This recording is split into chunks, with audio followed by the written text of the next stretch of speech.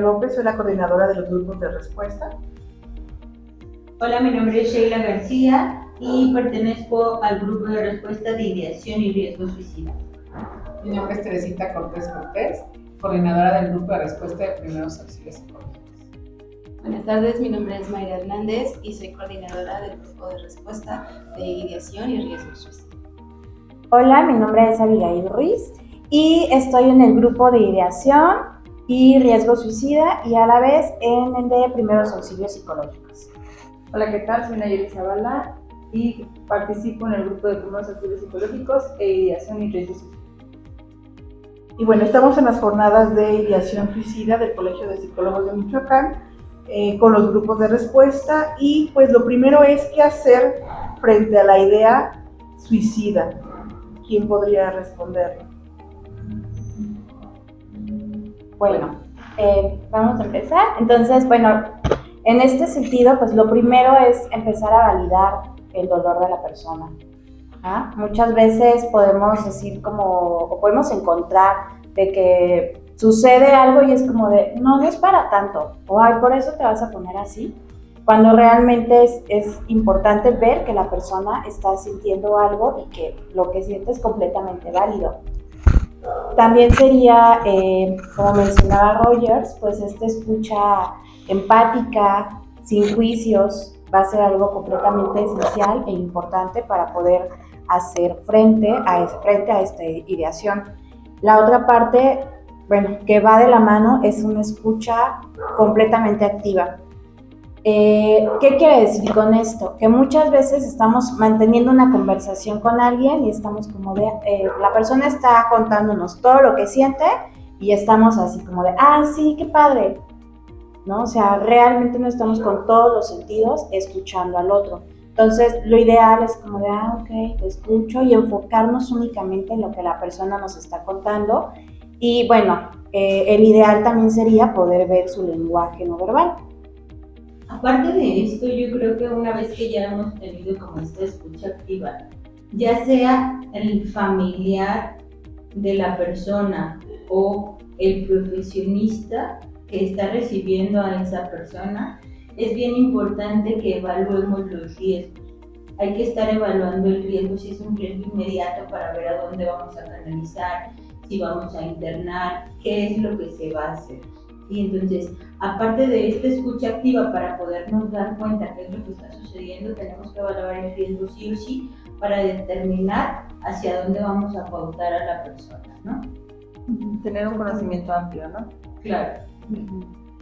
Así es. Mayra, ¿ibas a comentar algo? Sí, bueno, que también tengamos en cuenta que cuando estamos hablando de idea es porque posiblemente ya haya un plan.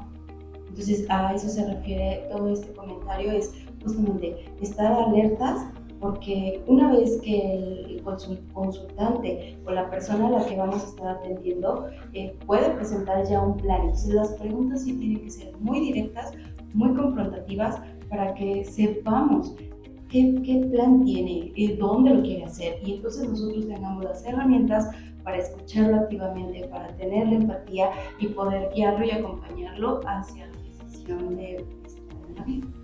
Algo muy importante, creo que también es pertinente conocer la red de apoyo, ¿no? Si ya identificamos si están solo en pensamiento o ya está en acción, conocer la red que él cuenta, porque evidentemente nosotros como profesionistas no vamos a poder solos. Claro. Entonces, entre más amplio sea, podemos favorecer y nutrir al consultante, al individual, ¿no? Y a la par, es importante que las personas que no son profesionales de la salud, pues sepan que es sí o sí buscar la ayuda inmediata. En líneas de emergencia, que las estaremos compartiendo un momentito más, buscar a profesionales de la salud que tengan siempre su cédula profesional y que estén vigentes. Y justo en esa misma línea, yo creo que también parte de lo que podemos identificar a tiempo son los gestos suicidas con la red de apoyo. Sobre todo los que son más cercanos se den cuenta que ya tenía algunos indicios, que ya tenía algunas actitudes diferentes o recurrentes que ya nos estaban hablando de gestos suicidas. Y eso también podemos llegar al punto de de la prevención, trabajar oportunamente. Así es. Y bueno, y con todo esto, ¿a qué se lleva a cabo que la persona tome la decisión? ¿Quién no podría contestar? No sé quién yo empiezo. Creo que los motivos pueden ser varios, pero el hecho de que la persona ya tenga un plan, que ya haya accionado, es porque muy posiblemente ya intentó por varias líneas, por varias redes, y no ha encontrado una solución. Entonces es como una desesperanza, que básicamente la persona tiene ya como esta noción de que me quedo, ya lo intenté, ya lo quise resolver, o a mi manera no lo puedo resolver.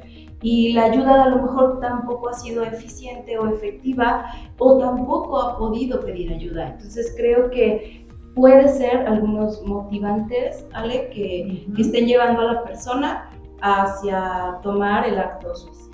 A tomar la decisión. Por ejemplo, aquí sí existe la posibilidad de que la persona esté presentando algún tipo de situación como depresión, que sea TLP, que tenga alguna condición médica ya diagnosticada o no diagnosticada. Sin embargo, también es importante hacer referencia a lo mejor a este pequeño porcentaje de personas que lo llegan a hacer por este out-note, ¿no? O sea, como de manera inmediata, por una pérdida de pareja, por una pérdida de trabajo, porque de pronto les dieron un diagnóstico de una enfermedad severa y de pronto la única salida que ven es esto. Y lo llegan a hacer y es como más contundente cuando lo llegan a no solo intentar, ¿no? O sea, lo logran. Este tipo de personas logran consumarlo.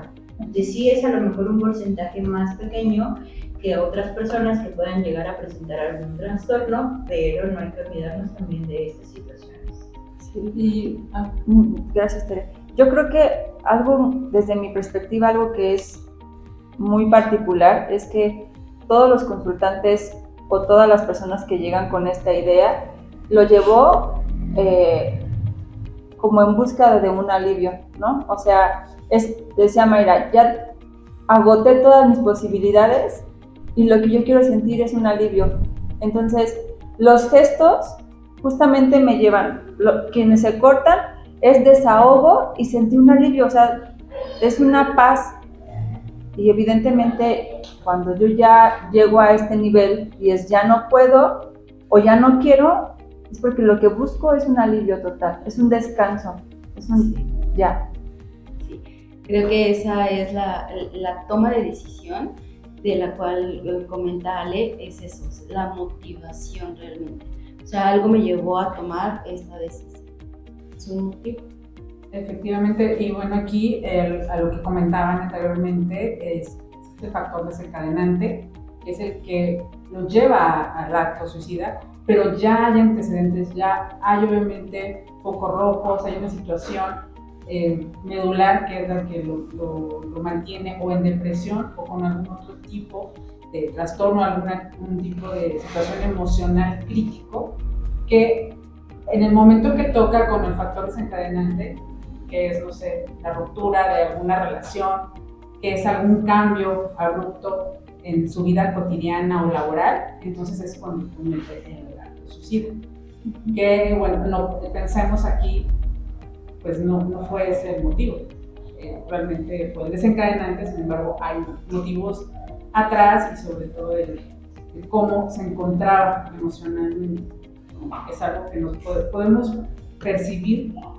Y si no es a simple vista, con la red de apoyo que lo perciba, se dé cuenta de los focos rojos, la comunicación es lo esencial para poder analizar cómo se encuentra esta persona, si realmente lo está pensando, tiene gestos o algún tipo de señales. Lo comentábamos en un programa en el que estuvimos con Ari, es importante que pongamos mucha atención en lo que comunica el otro. No precisamente verbalmente, sino con esto que mencionan ustedes, que son los gestos, que son las conductas, o sea, los cambios de hábitos, o sea, de tener a lo mejor un estado de ánimo y cambiar bruscamente en cuestión a los hábitos alimenticios, el que se aísle la persona, la manera en la que empieza a vestir, o sea, la forma en la que empieza a caminar. Les comentaba yo en ese momento, de verdad la persona te grita con su cuerpo que necesita ayuda, pero también como sociedad o como red de apoyo o comunidad no estamos atentos a todo eso, por esta liquidez, por este ir rápido, por esta vida pues que va demasiado a prisa. No volteamos a ver con atención a las personas que nos rodean. Por esta normalización, diría yo, porque normalizamos. Sí. Y minimizamos, no es para tanto, el echaleganismo, o sea, hay cosas que de verdad dicen. Hoy también nos decían algunos asistentes a las charlas, pues es que tienen libertad, ¿no?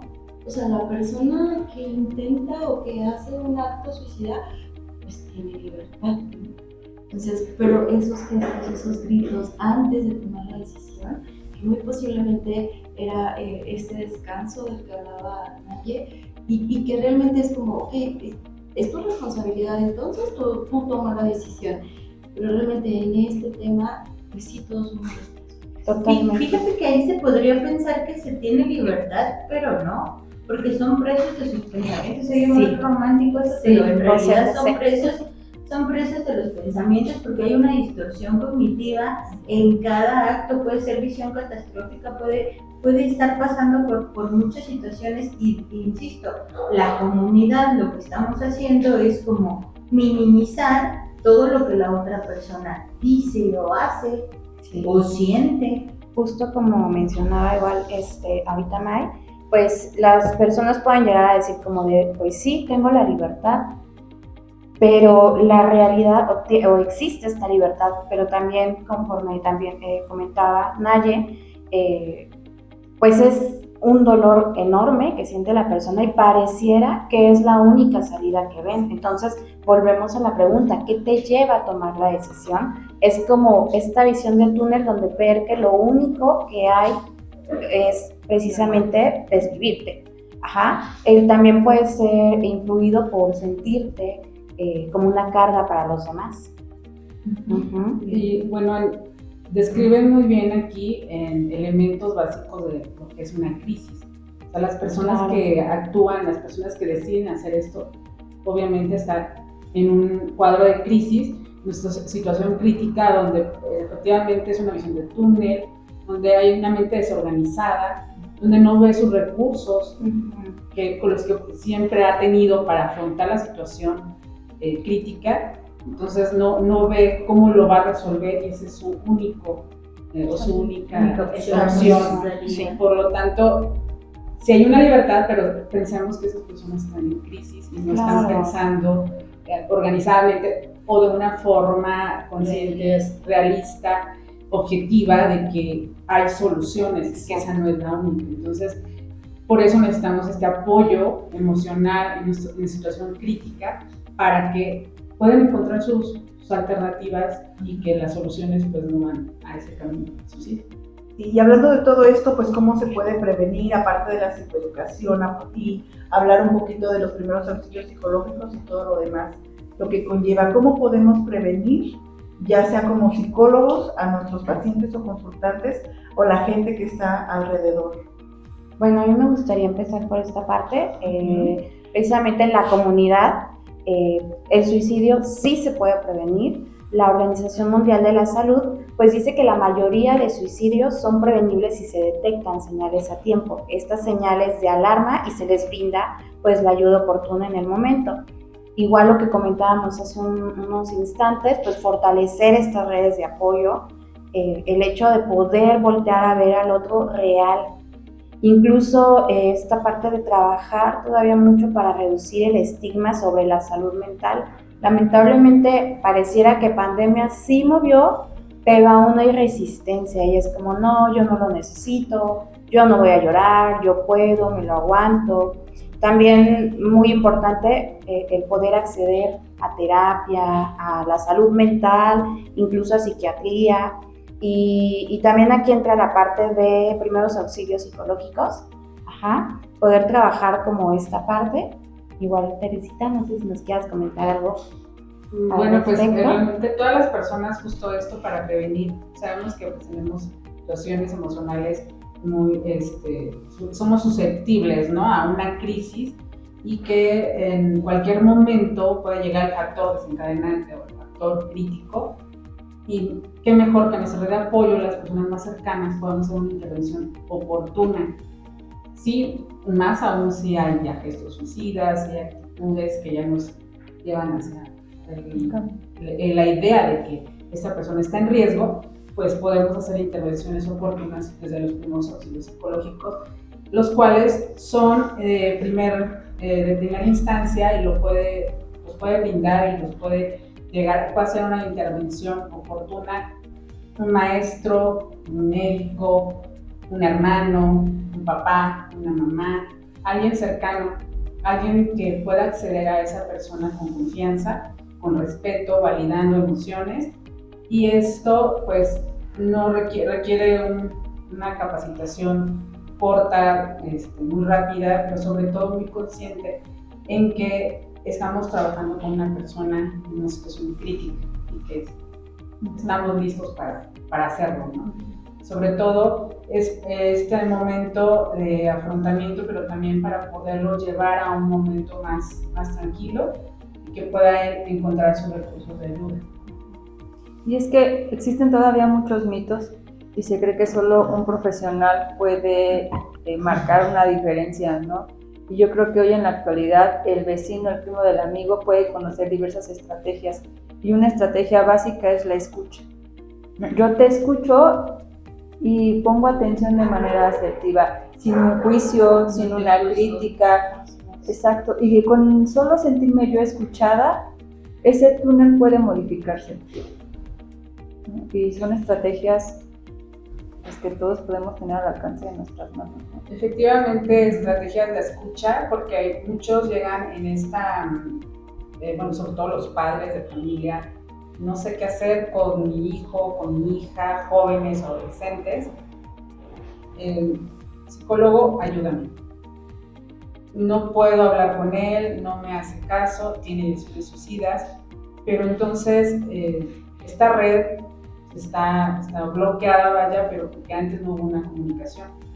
Una parte importante de la prevención es este contacto, esa comunicación con los hijos, con la familia. No es solamente hasta ya cuando veamos la situación crítica, desde antes.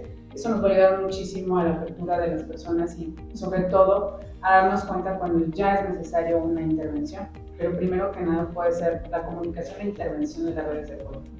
Y esto pues desde casa, ¿no? También porque cabe resaltar aquí también que vemos a la persona con ideación suicida como que es una idea, ¿no? de sí misma, pero sabemos que es multifactorial y que es colectivo, o sea, tiene que ver con su entorno, en su entorno laboral, su entorno familiar, su entorno social.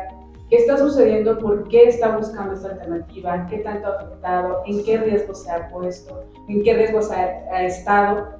Y que es necesario una intervención y que a lo mejor sus redes de apoyo pues, no son en ese momento las mejores. Y pues sí, es algo que podemos pensar en que la familia, para empezar, es el núcleo y el punto donde podemos empezar a trabajar la prevención.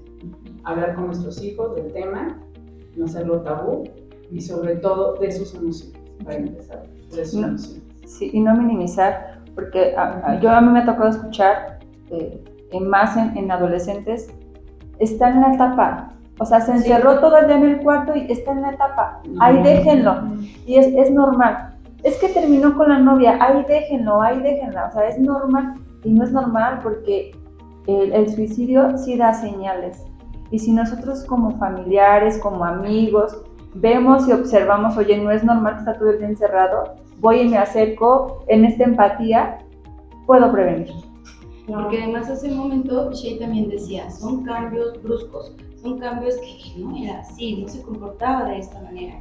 Ahora también en jornadas que hemos estado asistiendo, uno de los comentarios y que también lo discutíamos era, bueno, y químicamente también puede ser que, pues es que él tiene el trastorno, ya está diagnosticado, es un problema entonces. Y básicamente es prevenible, ok, si hay antecedentes familiares, si hay antecedentes médicos, pues ahí está la prevención. ¿Sí? En la atención, en la investigación, en la observación, en esos cambios que esta persona sí está llevando a cabo. Y entonces ahí también entra nuestra labor de prevención. Claro, y acercarte sobre todo a un profesional de la salud, ser como muy conscientes de decir, a ver, con esto puedo, con esto ya se me está saliendo de las manos, o desde antes de que se salga de las manos, poder hacer un movimiento. De hecho, hablando de esto de la prevención, que es completamente posible, pues 8 de cada 10 personas comunican sus intenciones previamente. Lo que hablábamos en un inicio, en ese lenguaje no verbal. Así es. A mí me gustaría que pues se hablara más de los PAPS, ¿no? De los primeros auxilios psicológicos. ¿Cuál es su objetivo y en dónde se brindan? Bueno, el objetivo de los primeros auxilios psicológicos es hacer un contacto asertivo, un contacto de escucha, donde pueda minimizar un poco la situación emocional, crítica o desbordante de la situación que en el momento está surgiendo. No es terapia, no va a ser un proceso largo ni profundo, ni nos vamos a ir a una historia de vida. Es justo a lo que está ocurriendo en el momento, cómo se siente y sobre todo el escucharlo, porque muchas personas a lo mejor no quieren hablar en ese momento. El objetivo es, estoy aquí, que sientan que hay un apoyo, hay una escucha, hay un acompañamiento importante. Aunque no quiera hablar, podemos mantenernos cerca, sobre todo para prevenir este tipo de situaciones. ¿Dónde se aplican? En un lugar tranquilo, lejos del factor de riesgo, lejos de lo que le esté detonando la situación emocional desbordante o el miedo o los riesgos, ¿no? Latentes que se encuentren en un lugar que estén solos, que él le permita a esa persona abrir en ese momento emocionalmente, que no se preocupe por si escucha algún familiar o que vaya a ser juzgado o señalado. Sobre todo darle esta área de confort y tranquilidad. Sí, bueno. Algo muy importante en los primeros auxilios psicológicos, corrígeme si me equivoco, es que no debemos anteponer nuestra necesidad. O sea, no le vamos a resolver a la persona, hay una palabra que a mí me encanta, que es que coge la suspensión del juicio, ¿no? Necesito suspender mi juicio para poder estar atenta. No es que yo le voy a decir, no hagas eso, no, eso está mal, no es que, no, o sea, yo necesito suspender mi juicio y mi necesidad a resolverle a la otra persona. Estoy para escuchar, estoy para acompañar, no le voy a resolver de manera inmediata. Y eso nos debe de quedar muy claro, porque a veces por hacer esto, por ser incisivo, es que le damos a la heridita una palabra que digamos de más y todo el trabajo se viene abajo. Porque los motivos puede que no sean Claro, de la vida. exacto. Y le podemos dar una larga lista, o sea, lista de motivos por tus hijos, por tu escuela, porque eres el mejor, porque eres el más fregón en el fútbol. Y nosotros le podemos dar. Hay un libro que si no sé si lo han leído y si tienen una oportunidad, leanlo, se llama Nada. No me acuerdo ahorita el autor, pero es un niño que de pronto está como en este sentido de pérdida, de no me interesa nada es importante, pero es un niño de primaria, entiendo, ¿no? Y entonces todos los otros niños se empiezan a preocupar porque el niño se sube a un arbolito, se empiezan, no, mira, este es mi bandera de mi país y no sé qué, esto es un motivo, esto es por lo que tú puedes vivir. Y todos le llevan algo y le acumulan un montón de cosas y al final el niño dice, claro, no. Y para mí ese libro de verdad es como, no sé, como más que me pone la piel chinita, porque es lo que debemos de entender. Para nosotros puede ser un motivo, una muñeca, un teléfono, un algo, pero la otra persona necesita encontrar su propia motivación, diría Víctor Frank, ¿no? O sea, tenemos que encontrar ese sentido, eso que me haga a mí, que me mueva a mí.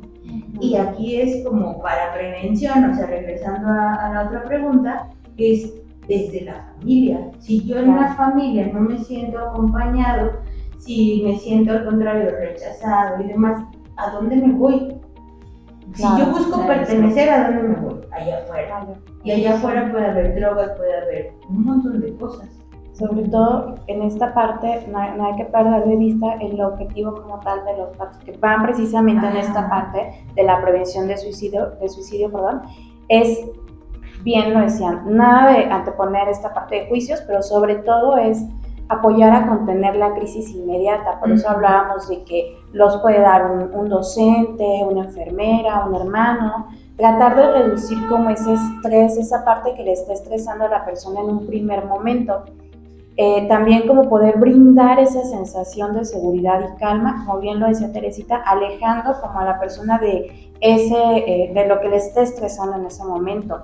Y también lo que podemos hacer es conectar con apoyos sociales y profesionales, decir, a ver, yo te voy a escuchar, no te voy a resolver. En primeros auxilios psicológicos no se les da la resolución y como bien lo decía Teresita, no se da la terapia, pero te puedo canalizar o te acompaño incluso a buscar ese apoyo.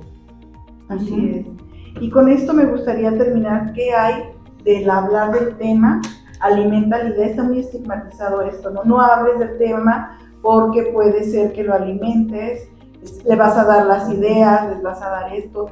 ¿Qué hay de eso? De hablar del tema alimenta a la ideación suicida. Podemos citar a muchos, ¿no? Diría la palabra cura. Entonces, diría yo, todo aquello que aceptas te transforma, lo que digas te somete. Claro, entonces, la realidad es que el hablar del tema no es que te provoque ideas, no. Si ya hay una ideación, por eso se llama así, ¿no? Ideación. Si ya hay una ideación, es, bueno, es trabajar con eso. ¿Qué pasaría? No te va a dar como otra idea que no tenías ya previa. Claro. O sea, la idea ya está existente en la persona. Ya está puesta. Sí, ya está puesta. Hay que trabajar como en por qué esa persona piensa que esa es la única salida, claro, y hacerle ver que tiene otros recursos, otras herramientas de afrontamiento para poder salvaguardar su vida. Sí, porque hablar no es quitar la idea. O sea, Claro. no se pretende que ahorita con esta charla que tenemos, quien Ya nos nadie escuche, va o sea, no. Sí, no. Ay, tenían razón. Sí, No se me ocurrió antes, ¿no? No sí, desvivirme, no, claro. Y algo que pasa mucho en las familias, sucede, ¿no? En los padres, que por experiencia lo he visto en casos en que los padres se sienten culpables o se sienten muy responsables de que su hijo tenga esta idea. Por lo tanto, no se habla del tema en la familia y esto va creciendo. O habla, se convierte en un mito. Claro. O hay un estigma que no se habla, esto no lo digas, yo no tengo un hijo suicida, o con ideación. Entonces pone más en riesgo, a los jóvenes, a las personas que tienen hasta signos para suicidas. Entonces es algo que en las familias se debe de platicar, se debe de hablar el tema y saber cuáles son los factores de riesgo y la comunicación. Siempre nos vamos por esta parte de la comunicación, porque el no hablarlo, no tocarlo en una familia sí los lleva a un riesgo muy, muy fuerte y que aquí no vamos a poder trabajar en la prevención. Fíjense que aquí hay algo que a lo mejor hemos estado mencionando mucho, que es la comunicación. Pero de pronto nos quedamos cortos al mencionar que es, o sea, el proceso de comunicación tal cual. Hay una idea que yo expreso y hay a lo mejor una retroalimentación, pero ojo aquí, porque la mayoría de los padres, disculpen, se enfocan en querer hacer cambiar a la otra persona, al adolescente, al niño, a la niña, de idea. Y ahí es donde ya hay una resistencia y ya no es un proceso de comunicación, ¿saben? Ya es un mandato de tú, porque eres mi hijo, porque soy la mamá, porque soy el papá, porque yo mando, porque yo lo digo. Eso no es comunicación. Entonces eso sí tenemos que tener como muy claro que es un proceso de comunicación asertiva. Claro. ¿Sí? Entonces yo digo lo que pienso, lo que siento y lo que necesito, y la otra persona pues tiene derecho de decir sí o no a esa necesidad. Así Sí, es. sí, Porque sí, si no es dejamos como- de ser objetivos y perdemos de vista las señales. Sí, ¿sabes? claro. El no lo hablo y como no me quiero hacer responsable de mi parte, el que estés encerrado, pues quédate encerrado. Sí.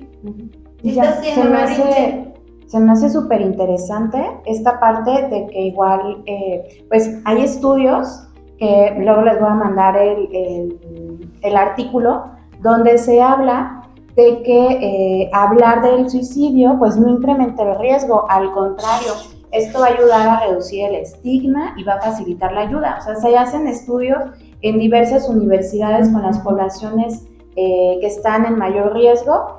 Y entonces empiezan a sacar estadísticas y se dan cuenta que realmente reduce y que el hablarlo no es algo que lo promueva. Más bien ahí ayudamos a quitar esta parte de los mitos y sobre todo saber que guardar silencio siempre va a ser más dañino que abrir espacios de conversación respetuosa. Así es, y enfocándonos en la adolescencia, está precisamente este mito si es manipulación o chantaje, ¿no? Si ya hubo un suicidio previo, ¿es conveniente hablarlo con mi hijo? sí, de hecho es un riesgo. O sea, los antecedentes familiares en algún momento se catalogaban como un riesgo. Sí, sí. A mí me gustaría comentar esto de que llamar chantaje a una conducta suicida es deshumanizar el dolor. Claro. Es decir, tu dolor no importa, o sea, no es para tanto. O incluso este tipo incluso los duelos, ¿no? De, ay, falleció tu mascota, pues eso no duele. Y cuando sabemos que ellos son los que nos acompañan mucho más, o sea, no podemos deshumanizar ni catalogar, esto es para más dolor, menos dolor, no se puede. Incluso en la medicina está este umbral del dolor que para alguien puede ser muy alto y para otra persona no lo está Y en la tolerando. emoción funciona igual, nada más Exactamente. que a veces es que no es para tanto, o sea, regreso a esas frases que de verdad, lejos de ayudar, hacen así en la herida y pues la persona se siente no visibilizada, no comprendida, no apoyada y regresamos a ese punto, ¿a dónde se van? A buscar otra salida, porque su núcleo familiar, quien se supondría de su red de apoyo, su sostén, no lo está sosteniendo, no está haciendo esa chamba, ¿no? Porque se hicieron las subculturas urbanas, los cholos, los hippies, porque estaban buscando a dónde pertenecer, alguien que ya fue rechazado en su núcleo familiar y andaba buscando allá afuera. Entonces hay que tener como cuidado con eso. Así es. Y bueno, con esto las personas que se autolesionan, ¿significa que van a suicidarse, que lo van a hacer una conducta autosuicida? Ese es un Pues, riesgo. conducta sí, riesgo. y es un riesgo, pero no riesgo. precisamente Sí. el que ya lo vaya a hacer. Claro. Porque se tiene que evaluar como otras cosas. Sería una señal. Una Sí. señal. Es como algo latente, es una señal de que algo no está bien, porque precisamente como comentaban, oye, ¿qué sucede con las personas que hacen cooking? Pues precisamente el cuerpo reacciona, están como en ese momento de mucha tristeza, hacen el corte y entonces todo el sistema nervioso central, el sistema simpático se activa, que es esta parte de huida.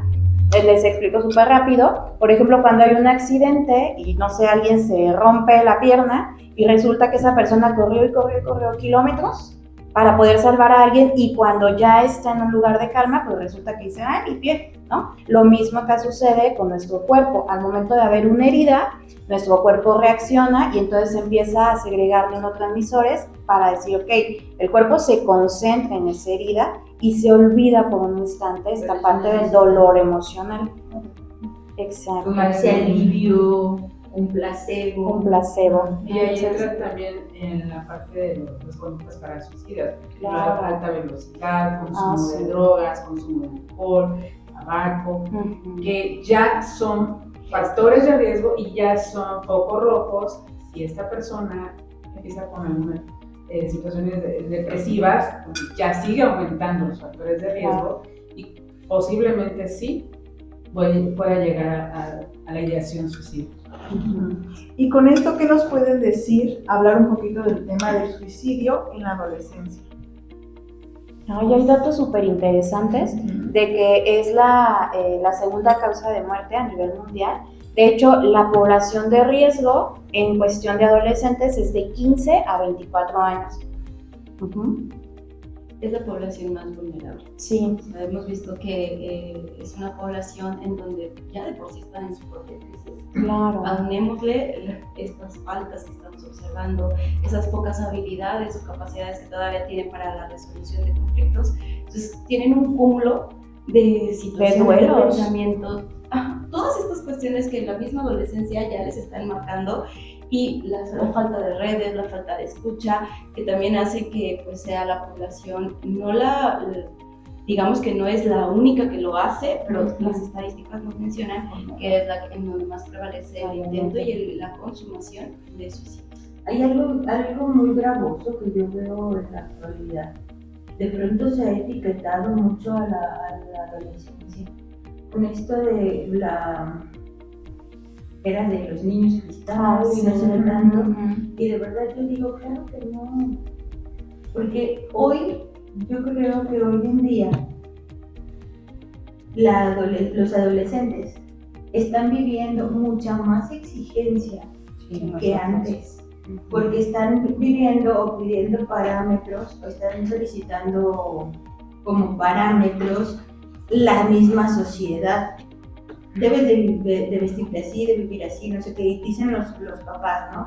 Es que antes eso no se daba, antes, pues claro que no, porque antes era un mandato. Tú eres adolescente, tú te vistes así. Tú eres adolescente, tú debes de hacer esto. Tú eres adolescente, y el otro, como era calladito y obediente, porque si no era un mal hijo, Claro. se dedicaba a eso. ¿Cuál preocupación por la carrera? La familia es abogado y tú eres abogado. Y ahorita, claro que no, ahorita también tienen como muchas opciones, y esas mismas opciones generan un montón de estrés, de ansiedad, de depresión, porque también es como, ya se me descompuso el celular y dependo de esto. O sea, no es que sean cristal, no es que sean fáciles de romper, es que hay un montón de exigencia. Hoy Mucha creo yo, sobreestimulación. más que nunca hay una exigencia para las niños y adolescentes de presente. Cosa que antes, aunque los un poquito más adultos digan, pues no había, ¿no? Así es. Y bueno, con esto terminamos esta mesa de diálogo acerca del suicidio. Hay muchos temas todavía que tocar, y entonces pues nos despedimos de los grupos de respuesta. Gracias. Muchas gracias. Gracias.